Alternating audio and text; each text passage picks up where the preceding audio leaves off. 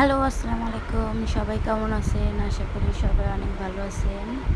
আজকে আমি আপনাদের সামনে নিয়ে চলে আসলাম নতুন আরেকটি ভিডিও, এবং এটা হচ্ছে যে একটা শীতের সবজি রান্না। সামনে ইনশাআল্লাহ শীত চলে আসতেছে এবং শীতের সবজি বাজারে ওঠা শুরু করে দিয়েছে আলহামদুলিল্লাহ।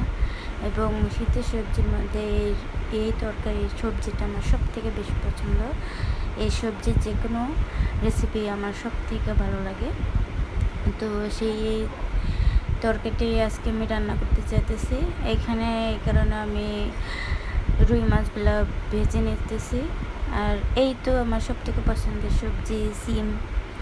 তো সিম, আলু এবং টমেটো দিয়ে আমি আজকে রুই মাছ রান্না করব। কারা কারা সিম খেয়েছেন অবশ্যই কমেন্ট করে জানাবেন। শীতের সবজি প্রথমবার আমি খাইতেছি। এখানে 350 টাকা কেজি করে সিম আনছে। এখানে হচ্ছে 100 টাকার সিম আছে, মানে 250 গ্রামের থেকে একটু বেশি আছে, ওই জন্য 100 টাকা নিচ্ছে। তো এই তো আমি এখানে রুই মাছগুলো সুন্দর করে ভেজে নিচ্ছি।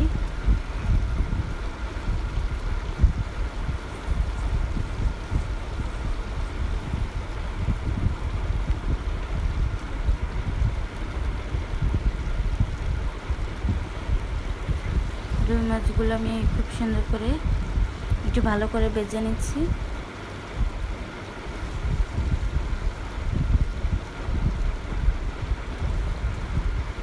এই তো আমার রুই মাছ ভাজা শেষ হয়ে গেছে।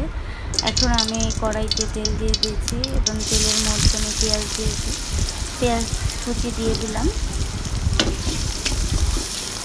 তারপর পেঁয়াজটাকে একটু ভেজে নেব।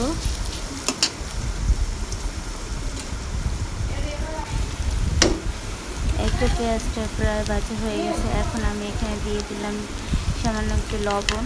লবণটা দিলে পেঁয়াজটা আরও তাড়াতাড়ি হচ্ছে ভাজা হয়ে যাবে। পেঁয়াজটা ভালো করে সিদ্ধ হয়ে গেলে আমি এখন এখানে দিয়ে দিব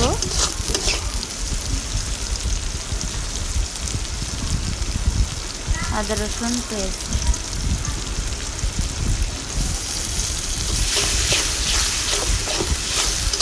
এখন আদা রসুনটাও আমি ভালো করে তেলের সাথে ভেজে নেব।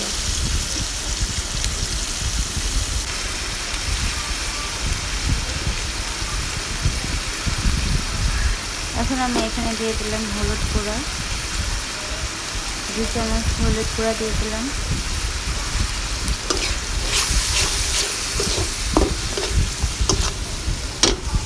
এটাকে একটু ভেজে নিচ্ছি। তারপরে আমি এখানে দিয়ে দিলাম মরিচ গুঁড়া,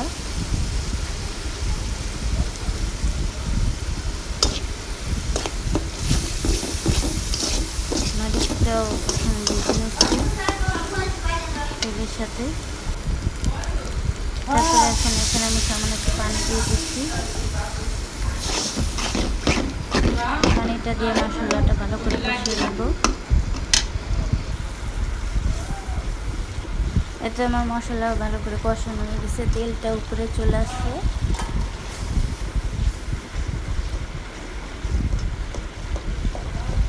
এখন এখানে আমি দিয়ে দিব আমার পছন্দের সবজি সিম, সাথে আলু আছে।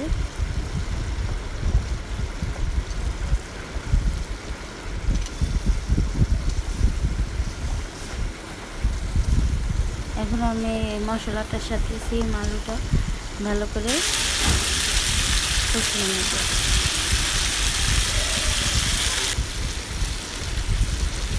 এখন এখানে আমি দিয়ে দিব টমেটো কুচি।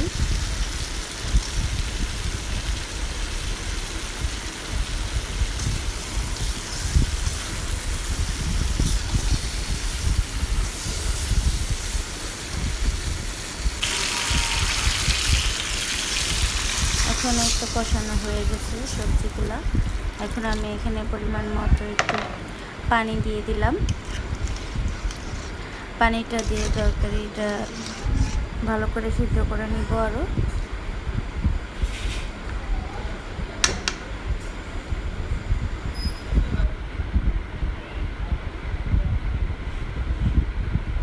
এখানে আমি সবজিগুলোর উপরে ভেজে রাখা রুই মাছগুলো দিয়ে দিই।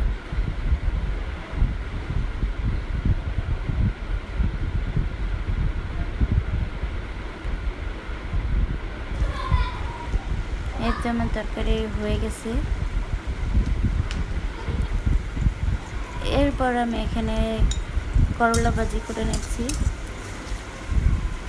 এর জন্য আমি তেলের মধ্যে পেঁয়াজ এবং কাঁচামরিচ দিয়ে একটু ভেজে নিচ্ছি।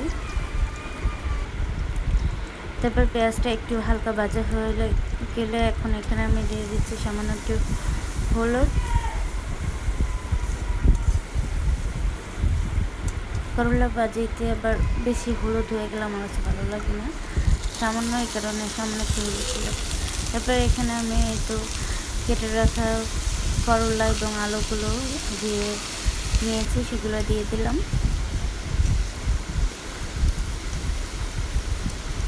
করলা আলু দিয়ে ভালো করে আমি এখন নেড়ে নেব। এই তো আমার করলা ভাজি হয়ে গেছে।